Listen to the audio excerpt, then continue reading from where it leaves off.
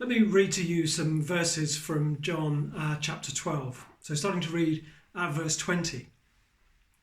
Now, among those who went up to worship at the festival were some Greeks. When they came to Philip, who was from Bethsaida in Galilee, they said to him, "Sir, we would see Jesus." Sir, we would see Jesus. Now, interestingly, those Gentiles coming and asking to see Jesus actually turns out to be the turning point, the pivot point, if you like, of the whole of the Gospel of John.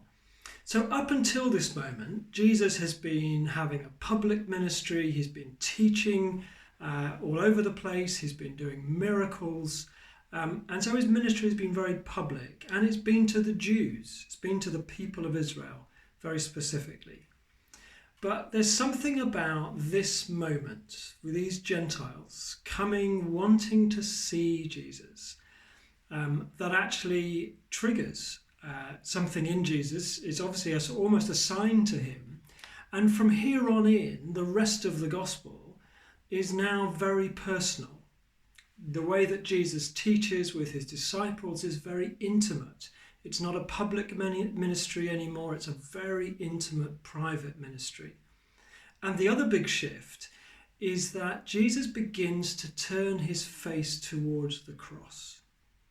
And the cross and the resurrection, actually, what are they all about? Well, they're about good news for the whole world, not just for the Jewish nation, but also for us too, for us Gentiles, us Greeks. And so this verse, these people coming to Jesus, it seems to be this turning point. But what strikes me about this is, well, what does it mean? What do they mean to see Jesus? I've been working now with Torch Trust, which is a Christian charity, which is about helping blind and partially sighted people in their journey of faith, in their Christian journey, and also in outreach to people who are losing their sight. And so I've begun to be very sort of sensitive when you hear people talk about seeing or sight, and there's a lot of it in the Bible, isn't there? And so in this passage, I read these men coming, "Sir, we want to see Jesus." And you know what? See, it's not that they wanted to see Jesus, is it? They could have seen him, they could have looked at him many times as he was out and about preaching. What they were saying is, we want to meet Jesus. We want to come and have a fellowship, an audience, a kind of one-to-one, intimate connection with Jesus.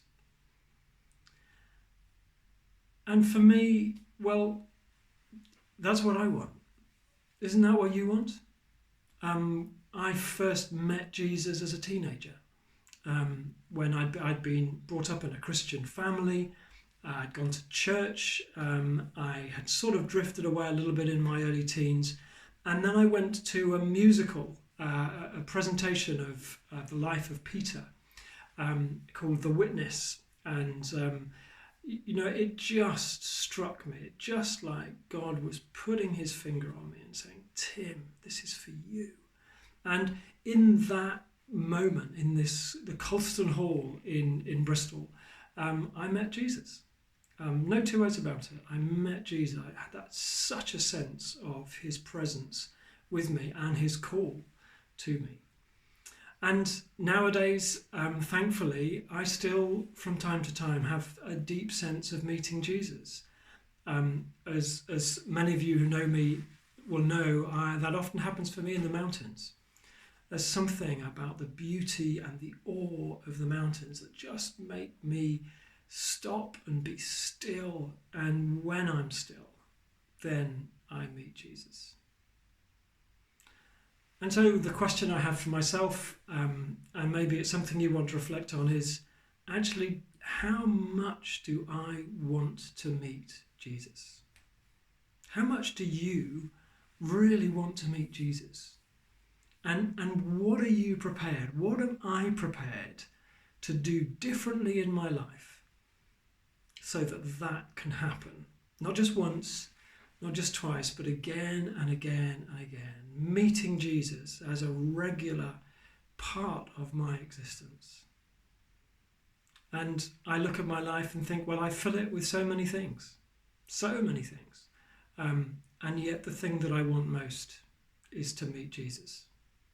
So I'm thinking about what are the things that I need to do and change again, as I have done many times, so that actually in my life I can meet Jesus.